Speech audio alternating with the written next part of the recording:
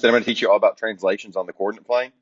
By the end of this lesson, you'll be able to translate or slide a pre-image on the coordinate plane to create a new image. So go ahead and get out your binder, turn to the math section, and get ready to take some notes. Let's start by reviewing everything we know about transformations already. There are 4 types of transformations. Translations, reflections, and rotations we will call rigid transformations because from the pre-image to the image, the figures are congruent. Congruent means same size, same shape. Dilations were a little bit different because they create similar figures, not congruent figures. The other word we need to know is orientation. Orientation is the direction the figure is facing. Today, we are looking specifically at translations. In a translation from the pre-image to the image, the orientation will be the same. In other words, the figure will be facing the same way before and after the transformation. So a translation is just another word for a slide. It just moved over and down. And we know that the pre-image is what we began with because it has an A without the eyelash. The A with the eyelash we called the image. And we would start calling that A prime. So since we know that translations move a figure over to the right or to the left or up or down, we know that every point of that figure is going to move in the same direction and the same distance. And here's everything else we know about translations already. But that first thing about moving every point in the same distance and direction is really important because when you look at number 1, it asks you to translate the figure 5 units to the left and 2 units down. Record the coordinates of the pre-image and image in the table. What you're going to want to do is take every one of those points and move it 5 to the left and 2 down. 5 to the left and 2 down. You're going to want to do that for each vertex. That's what's going to give you your new image. So I'll do the first one for you. I'm starting at point A, but you can choose to start at any one of these points. I know that points on a coordinate plane are labeled X, comma, Y. It's alphabetical. X comes before Y in the alphabet. You can also remember X before Y, walk before you fly. You also know that this is the x-axis and y is your vertical axis. So when I look at A, I know that it's at 2, 4. So I'm just going to plot that below in my table just so you know what the starting point is and see if you can figure out any patterns with this. So what I'm doing is moving the figure 5 units to the left and 2 units down. That's what the translation is. So put your pen or your pencil right on A and then move 5 to the left. 1, 2, 3, 4, 5. Then it says go 2 down. 1, 2. Then I plot my new point. Just to make it a little cleaner, I'm going to erase where I moved my pencil. Since a transformation has occurred and I've translated point A over and down to a new point, I need to denote that by putting a new A with an eyelash because a transformation has occurred. So now I would denote that as A prime and write the new point of the image at -3, 2. To translate the figure, you're going to have to translate each point. We've already done point A, so now you should try to translate point B by yourself. Pause the video now to do that and press play when you're ready to check. All right, so the first thing I did is put my pen on B and then move 5 to the left and then 2 down. That got me a new point. I'm going to label it B prime because it's the new B. I know before the pre-image of B was at 6, 7 on the coordinate plane. And after the translation, the image is at 1, 5. And that's it for point B. Now there's one last translation to do, and that's translating point C. So take a second, try that all by yourself, and then press play whenever you're ready to check. All right, so this is what you should have got for the translation of point C. Now the very last step is just going to be to connect your points. If you translated each point, you have translated the shape. So now we need to connect the points to create the new triangle A prime, B prime, C prime. One shortcut to this, if you weren't given a coordinate plane, is to just look at the coordinates of the pre-image to the image. Do you notice that the X all went down by 5 and the Y all went down by 2? So if you just had the coordinates of the pre-image, you would just take all the X's minus 5 and all of the Y's minus 2 to get the coordinates of the new image. And that's also a useful way to check to make sure you did this correctly. You also, if you're given the coordinate plane, want to take a step back and look. Does this triangle match that triangle? In a translation, the orientation should be the same and the shape should be congruent. So if they look the same, then you probably did it right. Now that I've done with you, the process is going to be exactly the same for the next triangle. So in this new triangle, I want you to translate the figure 4 units to the right and 3 units up. Record all your coordinates of the pre-image and the image in the table below. Pause the video now to do that and press play when you're ready to check. All right, so here's the image of your newly translated triangle, D prime, E prime, F prime.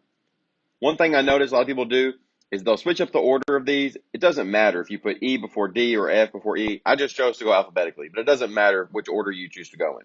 Another thing people forget to do is to put the prime on each of the new letters. The vertex of the new point has to have a label with the letter of the original in the pre-image with the little eyelash on it, or the prime, so that way you know that a transformation has occurred. Just like the last problem, when we're looking at 4 units to the right, we're moving left or right on the x-axis. We're moving 3 units up, we're moving on the y-axis. That means that we can represent this algebraically. All that means is that if I were going to write a rule for each of these translations, I know that in the first one here on number 1, we moved 5 to the left and 2 down. We can write the rule as x minus 5, y minus 2. And the same goes for number 2. Since we moved to the right 4, we increased all the x values by 4, so we could put x plus 4. Since we moved up 3 on the y-axis, we would put y plus 3. So we just translated the figure of a triangle in number 1 and number 2. In 3 and 4, a transformation has already occurred. I know that because I see 2 shapes in the coordinate plane with the same points, except like point I is now I prime. H is now H prime. Since the 2 figures are congruent and the orientation is the same, I know this is a translation. The figure has just had a slide, in this case, up and over. So what we're being asked to do in number 3 is to just start by recording the coordinates of the pre-image and the image in the table below. Take a second, pause the video now, and do that. Press play when you're ready to check. All right, so here are the coordinates of the pre-image and the image. One mistake I see people making a lot of the times is they'll switch the x and the y. Remember, it's always x before y, walk before you fly. It's also alphabetical. You've got that down. You want to look at the verbal description of the translation. That means what happened. What did it move up and over by? You know that it moved up and over because the pre-image is below the image. So it went up and to the left. Go ahead and take a second and see if you can figure out by looking at the points on the coordinate plane or looking at the points in the table. What is the pattern here? Pause the video now and press play when you're ready to check. All right, so you should have noticed that it went 7 to the left and 4 up for each one of these points.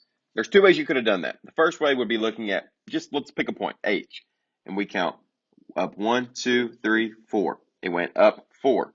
You know it went back 1, 2, 3, 4, 5, 6, 7.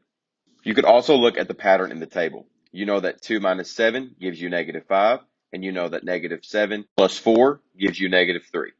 So let's look below at the algebraic representation of the translation. Since it's 7 to the left, that means minus. So you would put x minus 7.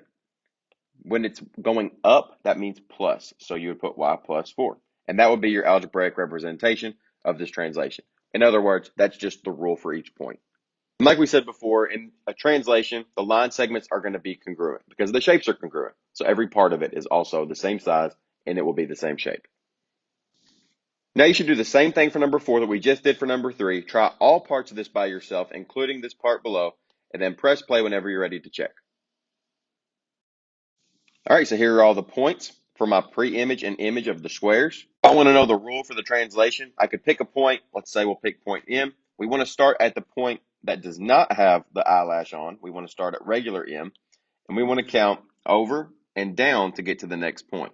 When you do that, you should realize that you went 9 units to the right and 9 units down. So you would write x plus 9, y minus 9, just like you write a point, but just inside of that, it's going to the right and it's going down. So you put a plus 9 and a minus 9. And just like the line segments, the angle measures are also congruent. If they're the same size and same shape, every part of those shapes are congruent. So the next 3 questions, we're looking at just one point, and you're given a translation that occurred to move that pre-image to the image. You don't get to see it, you just get to see the points. So you're going to look for the pattern. For number 5, I know that I'm going to compare the x points first. I know that 12 plus or minus some number got me to negative 1. So algebraically, I can solve this out, and I know I need to do the opposite operation to solve for the missing number. You could also just use your number line or common sense to realize 12 minus 13 gives you negative 1. Do the same thing for your y values. To get from a 7 to a 14, you take your y and you add 7. When the question asks you to describe the translation, you can write 13 left and 7 up, or you can write that rule algebraically. Take a second now, pause the video, and try number 6 and 7 by yourself, and press play when you're ready to check. All right, and here are the rules for number 6 and number 7. In number 6, you moved 1 right and 10 up to get from N to N prime. And on number 7, you moved 6 to the left and 7 down to get from the pre-image O to get to the image O prime. If I had to summarize today's lesson, I would say that translations are slides that produce congruent figures. Translations could be up and down, or they can move left to right. And to translate a figure, you would translate each point of that figure and then label the new point with a prime. All right, guys, that's it. If you made it to the end of this video, please put in the comments what's your favorite outfit. Mine is a pair of jeans, a t-shirt, and a pair of white shoes. Today we learned all about translations on the coordinate plane. So now you should be able to translate or slide a pre-image on the coordinate plane to create a new image. Now you should go back to the calendar and complete any other assignments you have left for the day. Let me know if you have any questions. Bye.